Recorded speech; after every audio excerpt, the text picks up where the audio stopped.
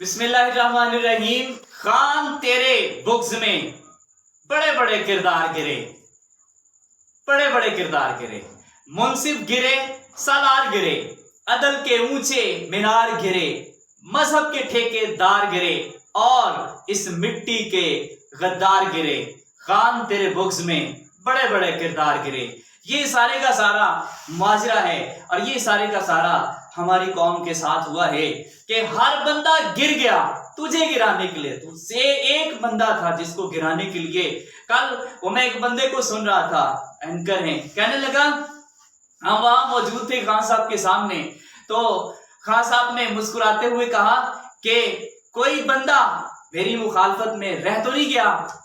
یہ ایک بڑا سوال تھا، بہت بڑا کوشچن تھا کہ کوئی بندہ میری مخالفت میں رہ تو نہیں گیا۔ تو خان صاحب نے جواب دیا کہ ایک اینکر نے خان صاحب کو جواب دیا کہ نہیں خان صاحب، کوئی بھی بندہ آپ کی مخالفت میں پیچھے نہیں رہا۔ پورے کا پورا نظام اس ایک بندے کے خلاف تھا، عدلیہ اس بندے کے خلاف تھی، اور ایک دلیر ایک خوددار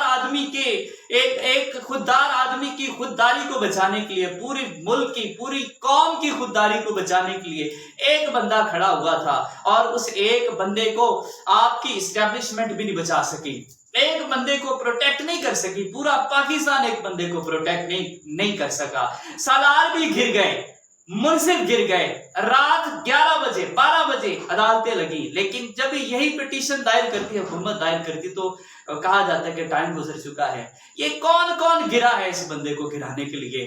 مذہب کے ٹھیکیدار گر گئے ہیں، مذہب کے ٹھیکیداروں نے اسے ایک اپنا رنگ دیا اور وہ بھی گر گئے۔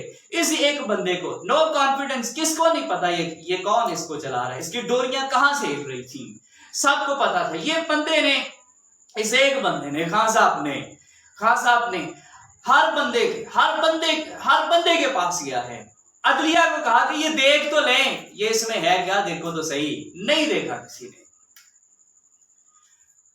آرمی کے سامنے اس موضوع کو رکھا گیا کہ یہ دیکھیں اس میں ہے کیا، دیکھے تو صحیح۔ پیچھے کھڑی نہیں ہو سکی، کہتے ہیں ہماری دنیا کی بڑی ٹاپ رینکنگ آرمی ہے، یہ چیزیں تو سننا پڑیں گی۔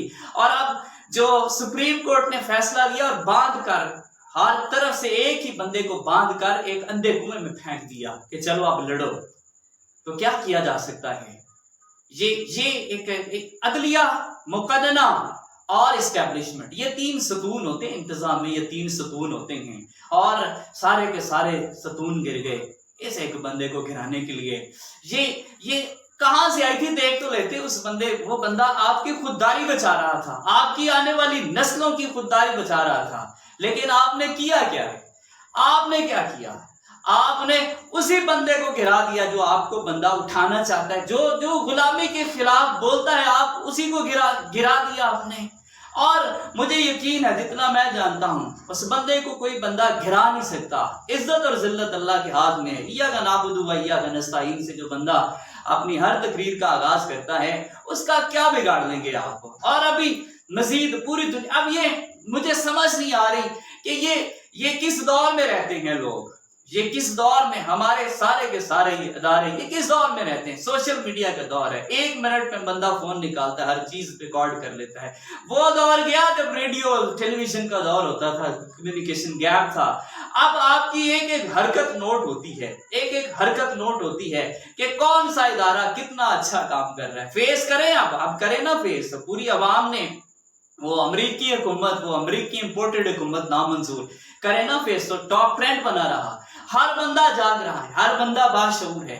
اب کمیونیکیشن گیپ نہیں ہے، آپ کی ہر حرکت پہ نوٹ ہے، آپ کی ہر حرکت پہ نظر ہے۔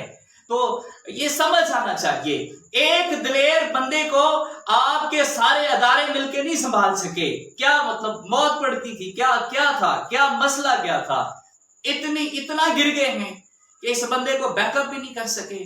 ہر بندے کے پاس گیا ہے، پارلیمنٹ میں وہ اپوزیشن سے کہا کہ آگے دیکھیں میرے خط میں ہے کیا، لیکن اس کو دیکھنے کے لیے تیار نہیں تھے۔ کیونکہ یہ اس سازش میں پورے کے پورے شامل تھے، ان کی ڈوریاں ہی وہاں سے ہل رہی تھی۔ آپ نے اس فیصلے سے آپ نے اس بندے کو پیچھے کیا، لیکن آپ نے پوری قوم کے جذبات کا قتل کر دیا ہے۔